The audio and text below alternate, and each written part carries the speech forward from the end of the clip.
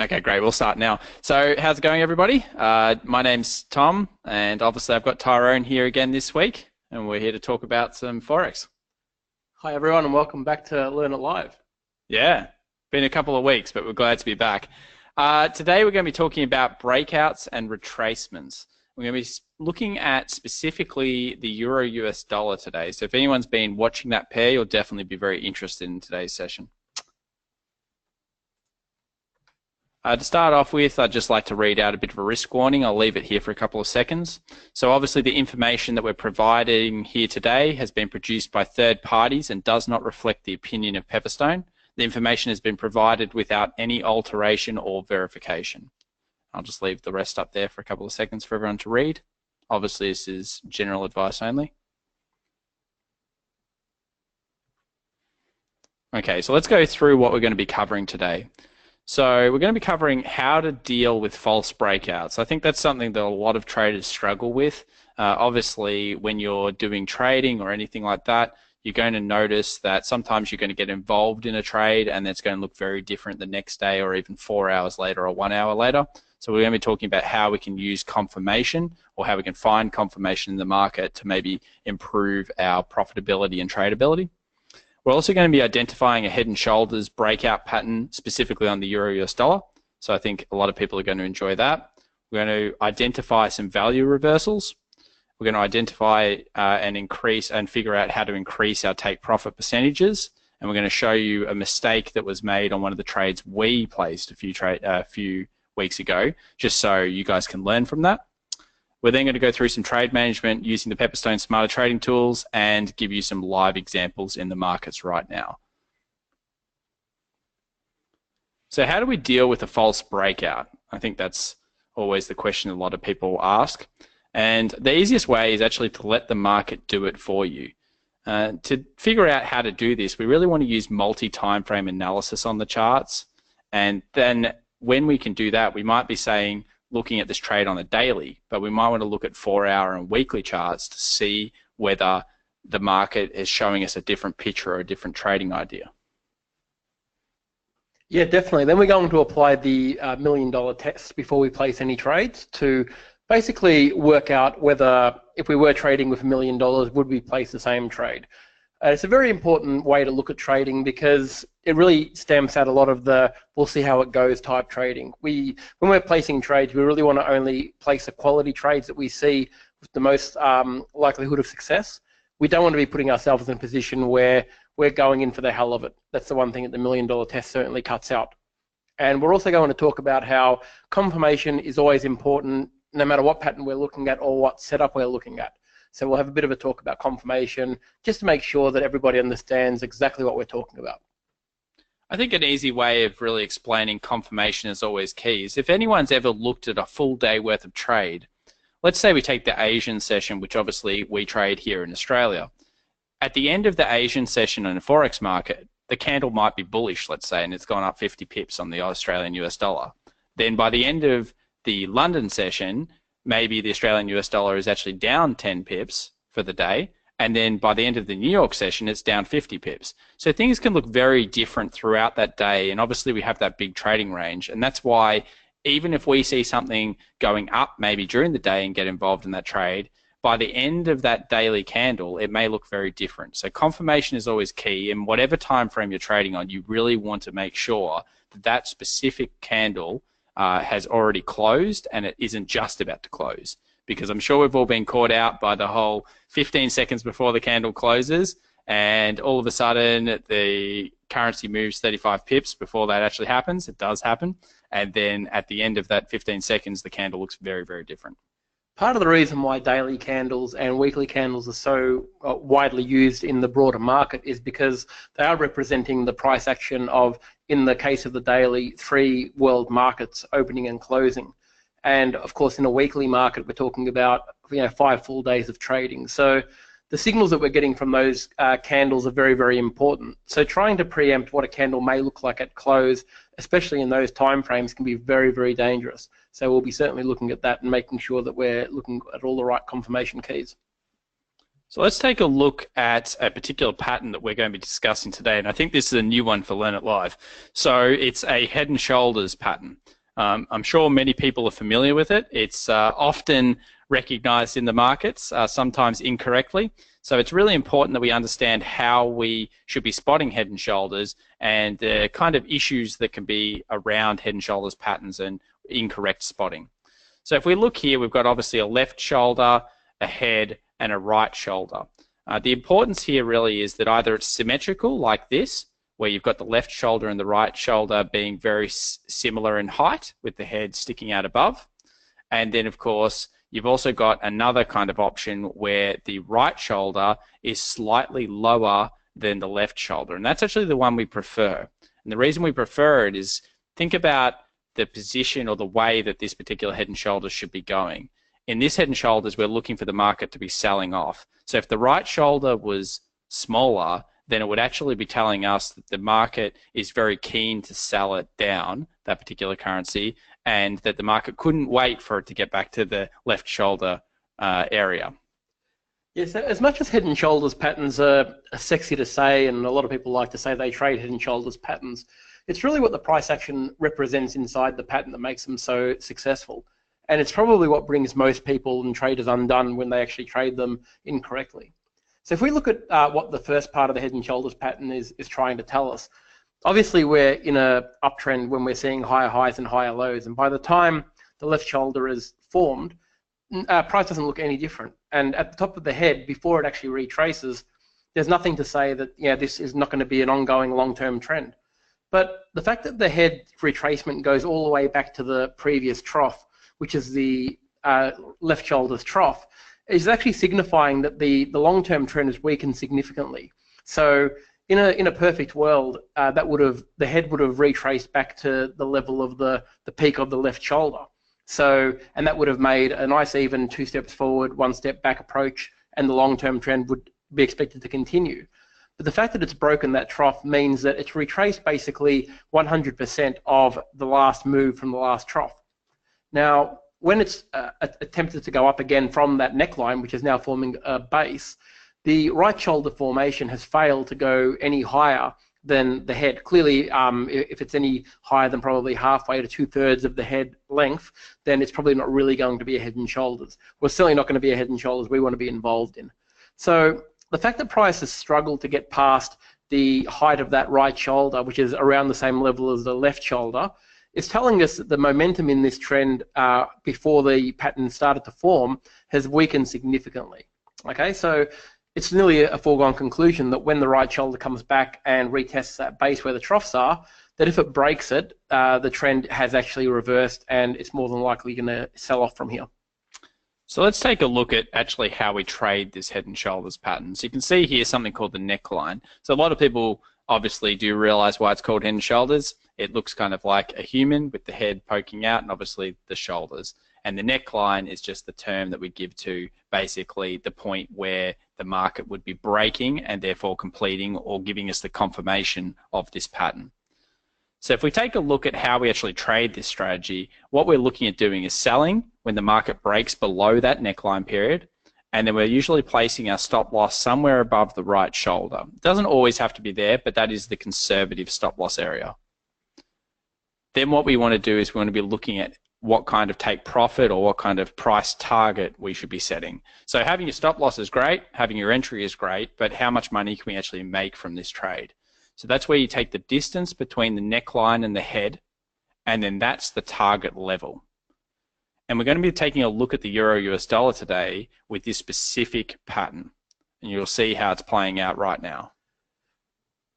So one of the great things about head and shoulders, just before we do move on, is the fact that they are a market dynamic pattern. So what I mean by that is the height of the head to the neckline is obviously going to be different from every head and shoulders to a head and shoulders, depending on what time frame that you're on or what pair that you're trading. So the great thing about it is that because you're measuring each pattern individually, it's not like you're going to have a 50 pip take profit as standard for all head and shoulders. The head and shoulders take profit is determined by the height of the actual head for that particular pattern, which means that when you do identify them, you can basically trade it in any time frame on any pair, because it is going to adapt and be relevant to the pattern that you're seeing. So let's now take a look at the Euro US dollar. We're going to need to do some multi-time frame analysis on this particular chart, and we're also going to look at the importance of looking at the chart using potentially candles, bars, and lines. I think bars and lines are often underused and underappreciated by a lot of traders, especially if we're just starting out. Everyone jumps on the candle charts. It's the best looking chart, I guess, some people would say, and also it's the one that, there's a lot of candle-based trading that can be done. But actually bars and lines are really, really important. So we're going to have a look at this particular pattern using bars and lines as well as candle chart. So let's jump into it right now. So here we have a 4-hour chart of the Euro US dollar, and you can see that it looks pretty much just like kind of the market's slow in a downtrend, and obviously it's been going down now for potentially the last week or so, 2 weeks. You'll see that we did put an entry in at this point. We're going to go through that a little bit later. But if we now change this chart time frame to the daily, we're going to see a little bit of a different picture. So a few of you might be saying, oh, look at that, looks a bit different. And yes, it does. You can see here that we've got our left shoulder over here, we've got our head up here, and we've got our right shoulder, which is pretty much the same as our left shoulder. So very, very much like a symmetrical kind of trade. We can also see our neckline point, which is very clear. So if the market broke and closed below this neckline, that would be an entry criteria for us. So you can see what happened. The market did sell off. The candle closed on the daily, and it closed underneath all of the previous lows or the neckline. So that's our confirmation. And what we've done is we've let the market confirm it to us. The market's actually said, okay, we're selling off, we've made a new low, and we've closed below that low. So that's why we say let the market do the confirming for you. Before this point, we didn't know necessarily it was definitely going to come down here. But when it did come down here, it gives us that confirmation and the confidence to enter the trade like this. The other thing I want to talk about is that the confirmation that we're looking for is going to be on the daily time frame. And the reason that is if we look at this on a weekly, it's not going to look the same as it does on a daily, where you clear head and shoulders, or the 4-hour, where it may not look as clear to you unless you zoom it out a few times, like we're doing here. So you might be able to see it here, but it's definitely not looking that clear. So daily's where it looks the clearest, and therefore that's the one that we're going to use when we're looking for confirmation. We can also use a couple of different types of charts. So we can use the line chart. If you see a head and shoulders and the formation works on the line chart, which it does here, it usually means it's a little bit stronger. And that's because it means it's forming based on closes of each candle or each period. And that just means that more people are going to see it, all the line chart traders are going to see it, and the formation is more correct.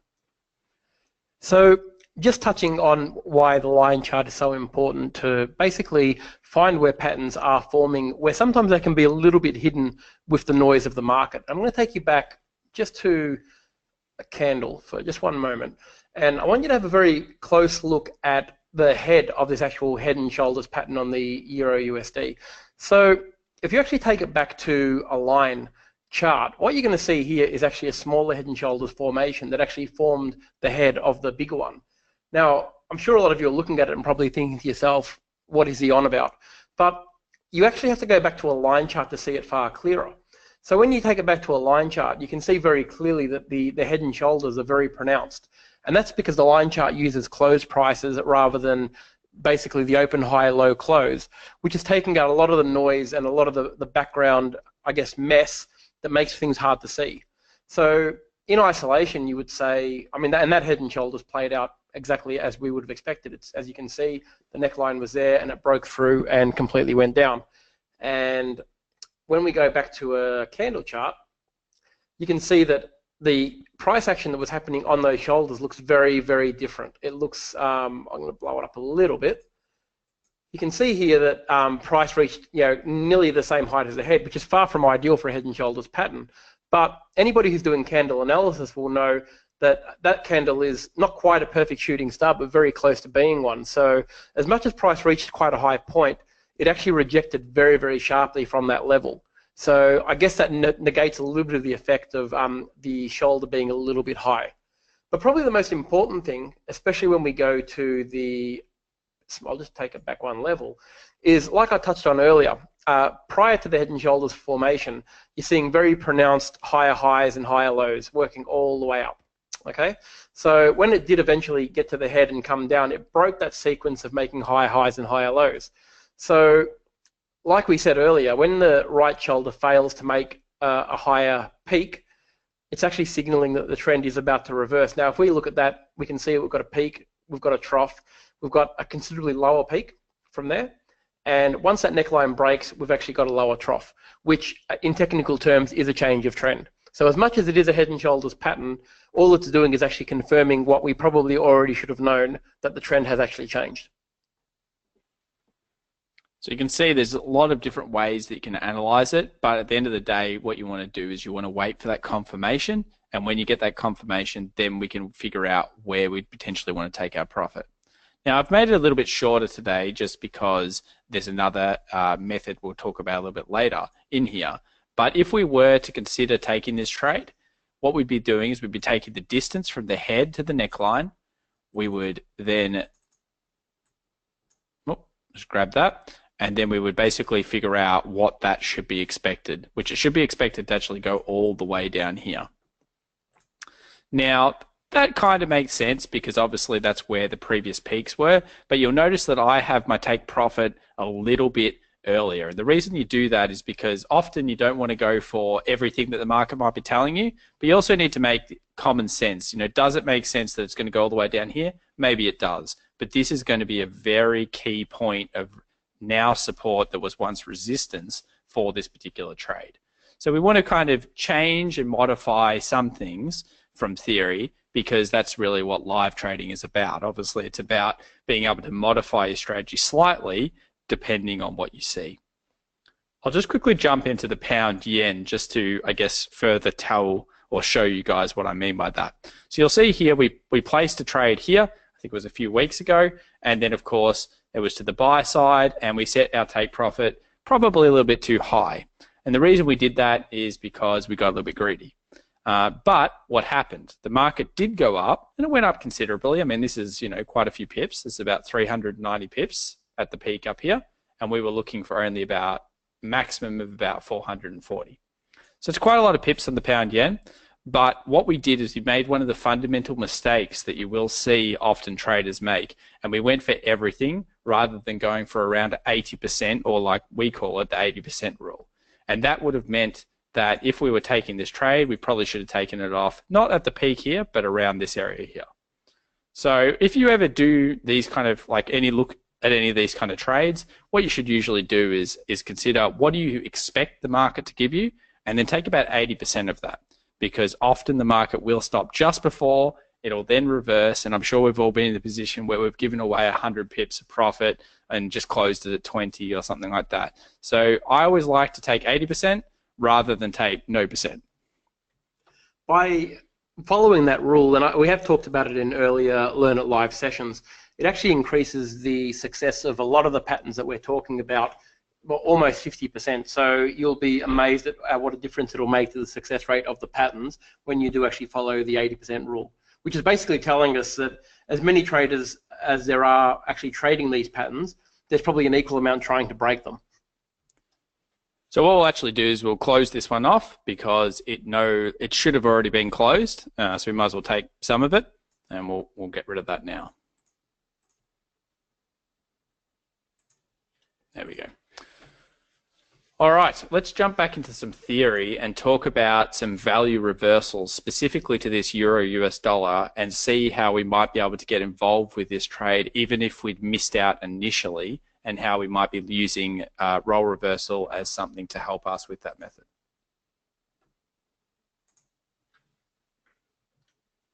Okay, so how do we identify value reversals? So firstly, we need to look at what role reversal is.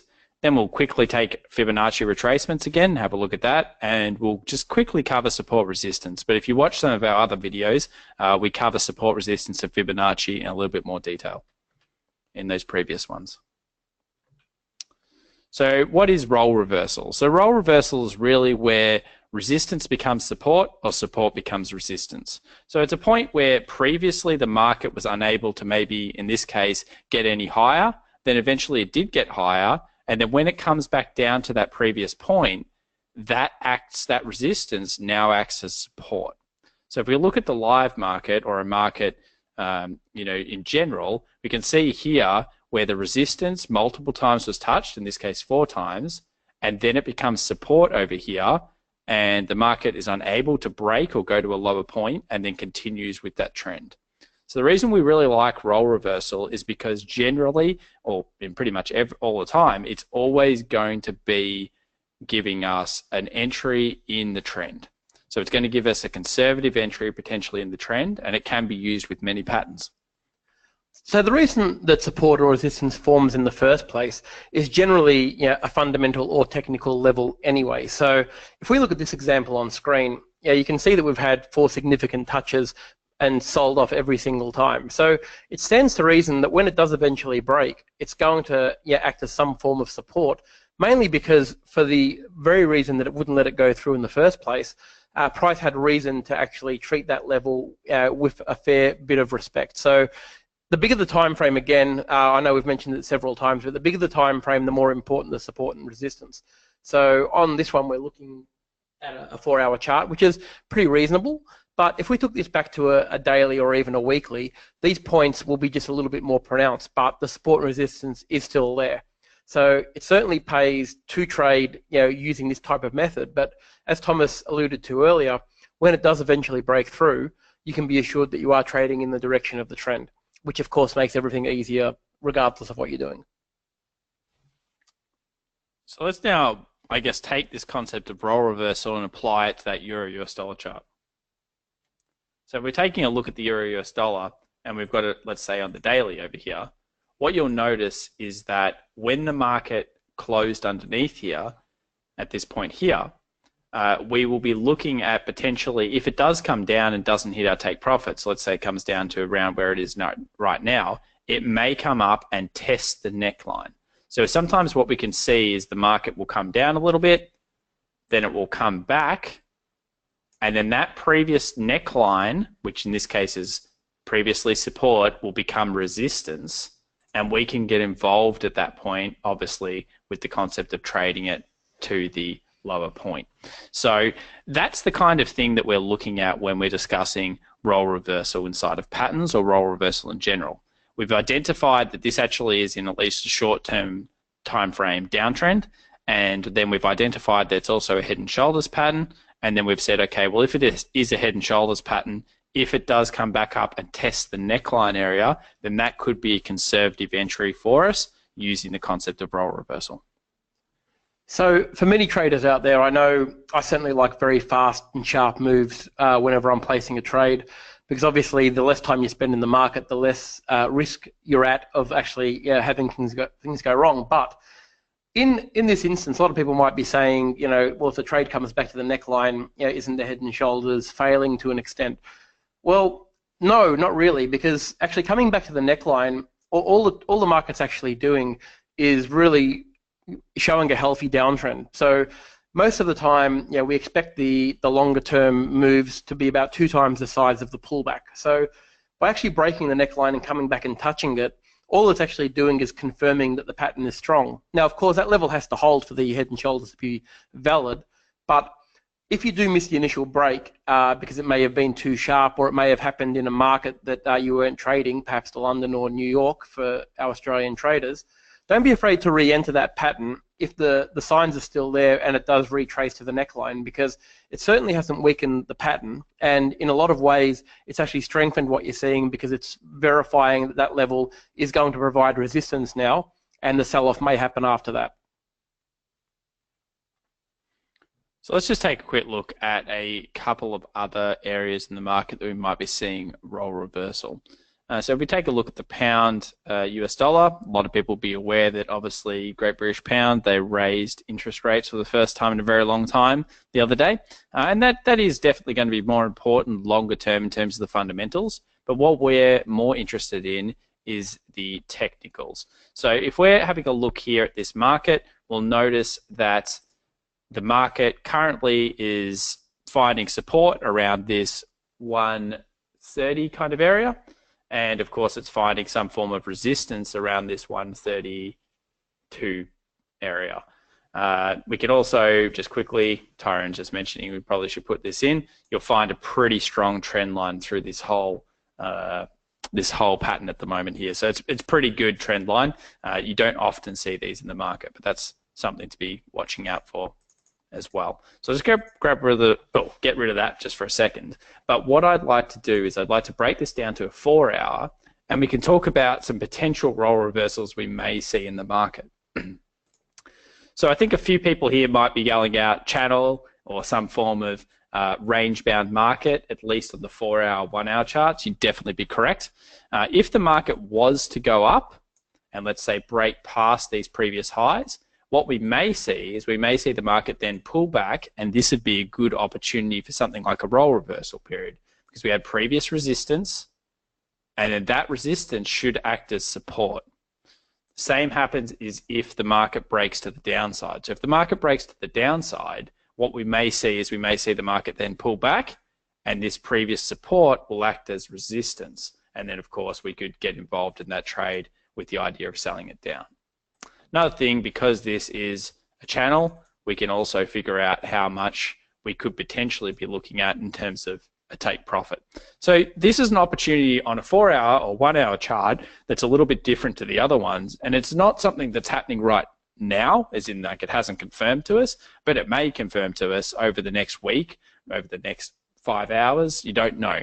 So we're always looking as traders for the next opportunity, and obviously we need to there's going to be a lot of plans that we have that don't come to fruition, but you need to be able to see these things and spot them before they do happen. So this is definitely something I would be planning around.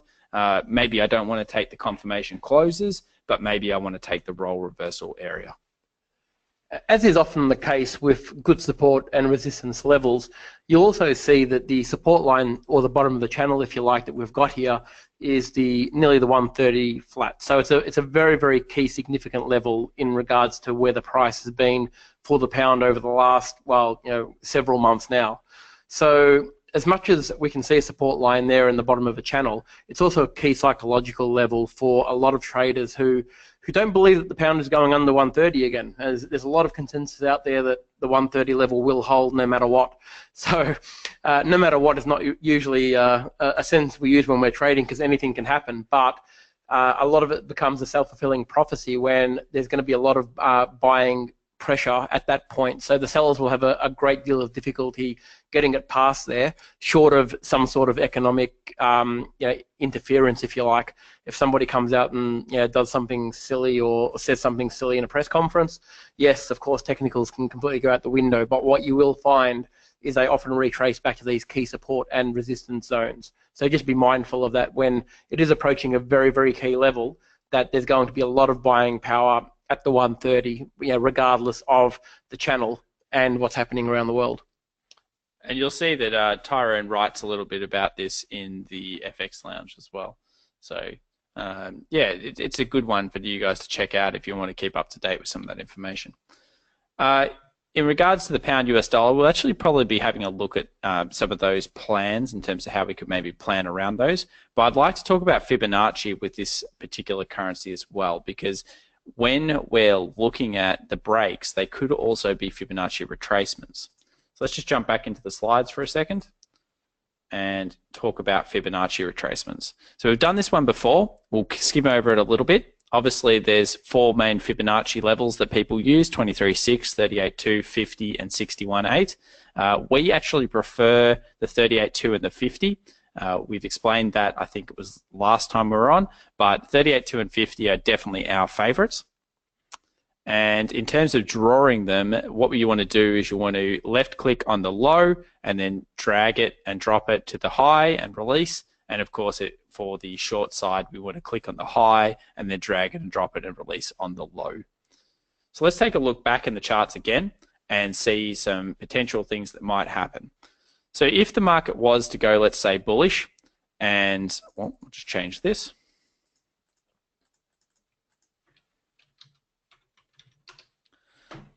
And the market was to pull up, oftentimes what you'll see is that when the market does break through, it may end up turning into a Fibonacci retracement around that role reversal area.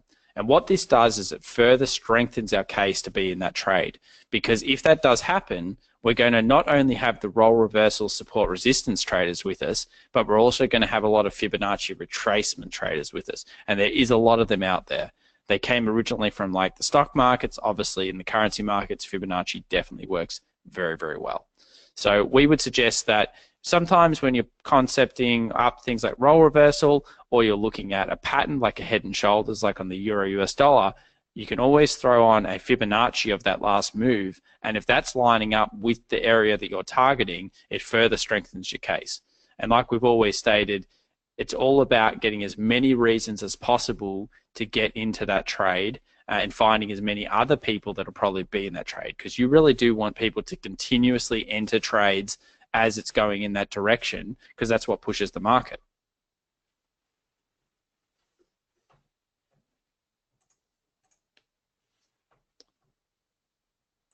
So now let's talk about how to increase take profit percentages. So we want to do this in a couple of different ways. We want to spot the most likely point of the next support resistance. We want to have potentially more than one take profit. So we may want to say take off some of our trade and take part of our trade off as a profit, and then leave the rest on for another level. That's a really good way of doing it. And we always want to follow our system. Regardless of whether your trade is profitable or it's a loss or anything like that, if you always follow your system, you can scale it. And this comes back to that $1 million rule. If you have $1 million in your account and then you trade 1%, obviously that's $10,000 per trade. So if you have to follow the exact same system, whether it's 10,000 risk dollars per trade or $10 per trade, because otherwise you're not able to scale your trading out. And it's very much like a business. You know, your trading is like a business and you must run it like one. If you build a trading balance using a system and you follow that system, you'll have the confidence to trade more money with it as well. So you'll be able to trade, let's say, $10,000 risk per trade on $1 million balance, because you followed that system and you have the confidence that it does work. That's 100% right, Thomas. And what we do a lot of coaching for people who simply cannot follow that rule. They struggle. They really, really struggle. And look, the thing is, what we do encourage people to do is time is an investment in the charts, no question. So what a lot of people find themselves doing is spending maybe 3 or 4 hours doing analysis on the charts, and feeling to justify the amount of time they've spent, they have to place a trade, because otherwise they've just wasted 3 or 4 hours. But we've found, through mainly experience, our own mistakes, that placing a trade for the sake of placing it because you've invested a certain amount of time is actually not a good strategy. In fact, choosing not to trade in a situation that doesn't warrant a trade is actually a trading strategy in itself, because generally speaking, it's one trade you're not going to have to get back. So if you're not prepared to put the full amount on, then the market is probably telling you something. If you haven't got the feeling that it's a quality trade, don't be putting on 0.5% or 1/4% just to see what happens, because time investment doesn't have to equate to a dollar amount. Yeah, it definitely doesn't. It's more about getting the confidence in your trading systems. Confidence is always key, and just like confirmation is key, just like trend is your friend. All those sayings, very, very true. So let's take a look at the pound, and we're actually going to use the smarter trading tools that Pepperstone has for, I believe, funded clients, the availability for in the MetaTrader 4 platform. It's a really good one for us to be able to place trades a little bit more successfully and with proper risk management. So we'll just drag and drop it onto the charts. And the reason I want to put this in here is mostly just because we're planning potential trades. It's not something that we would be taking, because we'd obviously be waiting for confirmation. But what you will see is we can plan trades and we can plan risks around them. So let's say we wanted to potentially take a trade like this, where if the market closed above, let's say this 133.10, we might be interested in getting involved in it. We can actually select from this the percentage of our balance. So in this case, we will select percentage of balance. We're going to say 1%. We're going to put in our stop loss In this case, we'll do it in pips, and we'll figure out what our stop loss should be. So if it did come up here and it closed above, let's just say there was a swing and it was under here. So our stop loss in this case might need to be 200 pips. Obviously, we'd be doing this closer to the point if this did happen. So we'll put in 200 pips and put in our take profit. In this case, we would consider this a channel. So obviously we'd be looking at that. We'd be looking at about 80% of that. So somewhere around in here. And we could, again, figure that out in pips, so about 200 pips as well. So more of a one-to-one trade. And then we can actually just place that order. So we'll probably use a buy stop. And I'll have to pop it in again. 1 second.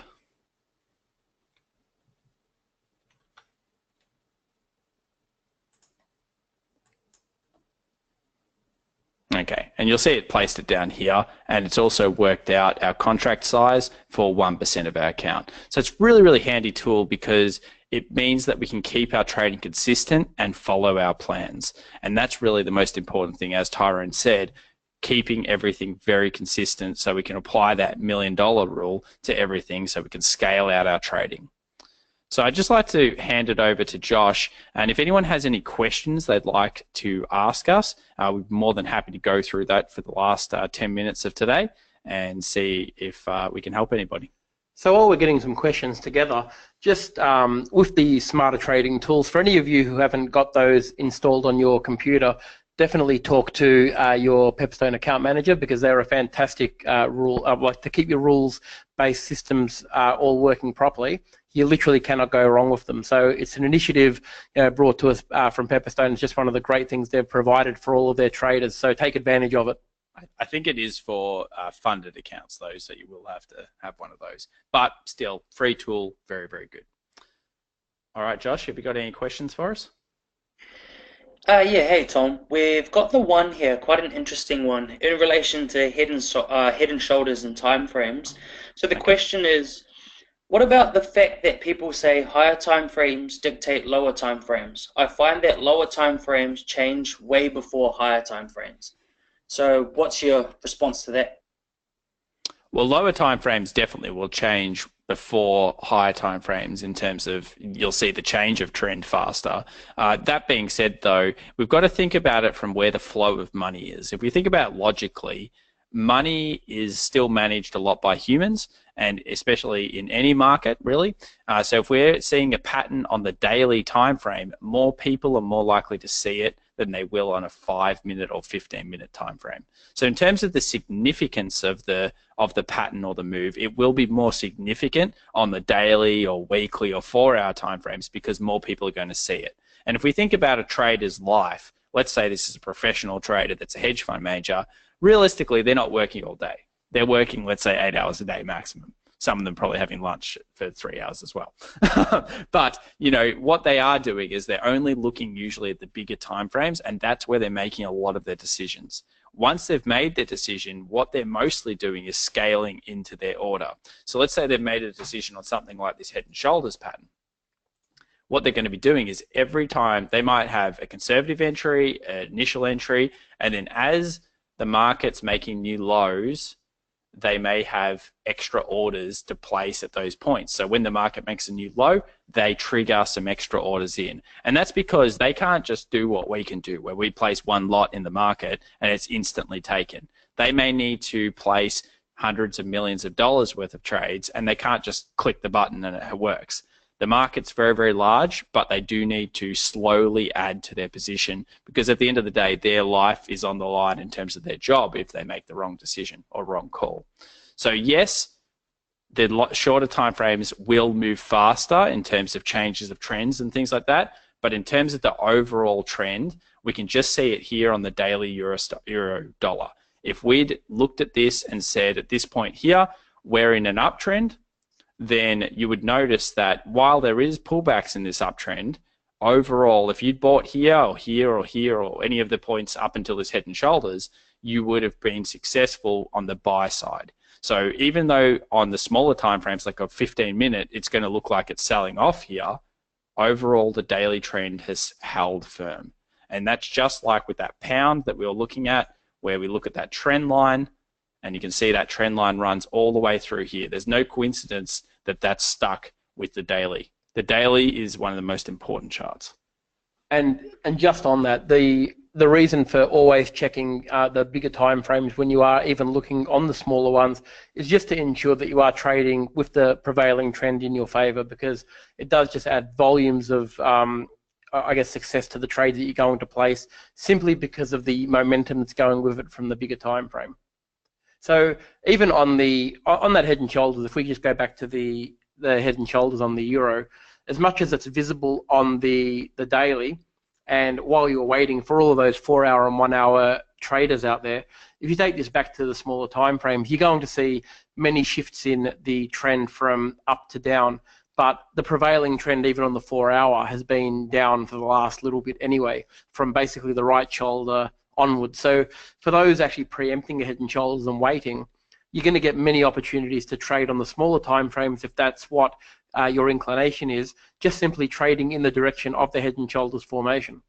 So it really comes down to what you're looking at. But if you don't always have to wait for the bigger pattern if you've got a prevailing trend direction, in mind.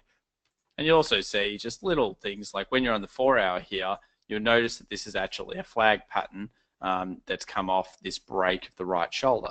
So that's also significant to our overall trading. Now, we're not covering flags today. I think we'll definitely do that next time because flags are a great pattern to trade. But little things happen on the smaller time frames that help us once we've made our decision on the daily to say, okay, this is more likely to occur. So hopefully that answers your question.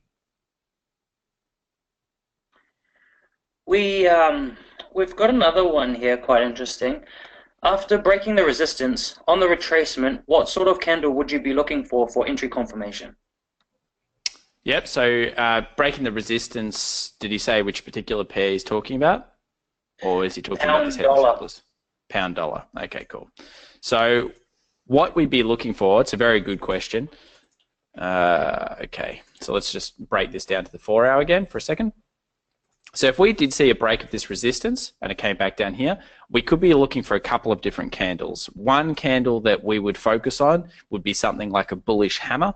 So some people call them pin bars, you may have heard that, but bullish hammer is the name that you should be giving them. If we do see a bullish hammer candle, that would be extra confirmation. For sure, that would be very, very strong around this zone. We'd also look for things like engulfing candles. So if you have a look up engulfing candle patterns, if you saw one of those around this zone here, very, very strong confirmation. And if you do wait for that, then we'd have something like, in this case, we'd have that Fibonacci. We'd have the roll reversal area. We'd also have our, obviously our resistance up here, which is now the roll reversal break, and we'd have that candle pattern as well for further confirmation. So it would give us really 2 to 3 reasons to be involved in that trade, and that would definitely make it a lot stronger. I think we've got time for one more. So do we have any more, Josh? No, that seems to cover the questions there. So yeah, everyone seems to be satisfied. Excellent. Well, I think next week, or the next time we do it, which I think will be in 2 weeks, we'll definitely cover off flags. I'll try to find some flag examples for everybody, because I think that's a very, very good pattern that's actually quite difficult to find correctly, but when you do find it and you can recognize it, it can be a very high profitability trade. So we'll focus on flags next time, and as always, if you have any questions or any questions for next time that you'd like featured, I'd like to, I guess, put it out there for you to ask any of your account managers about that. Yeah, definitely. Any queries or anything that we've talked about today or in previous episodes, please let your account managers know, because the Learn It Live program is an evolving program that we're trying to build. So it is a community-based thing that we are doing it for you. So please give us your feedback on what you would like to see featured, and we'll do our best to integrate it into the live charts every time we do one. Yeah, we really appreciate feedback. So if anyone's got any particular concepts they'd like covered and they really, really want to see it, then we would definitely want you to contact one of your account managers, and we'll try to cover it and feature it here. So in the meantime, between sessions, don't forget to check out the, obviously the Learn It Live recap videos if you've missed anything from today, but also check out the FX Lounge technical analysis section every Tuesday and Thursday to keep up to date to basically what we're seeing in the market. We update that every Tuesday and Thursday. And yeah, again, any feedback would be appreciated. And we look forward to seeing you next time. Very good. See you next time, guys. Thank you.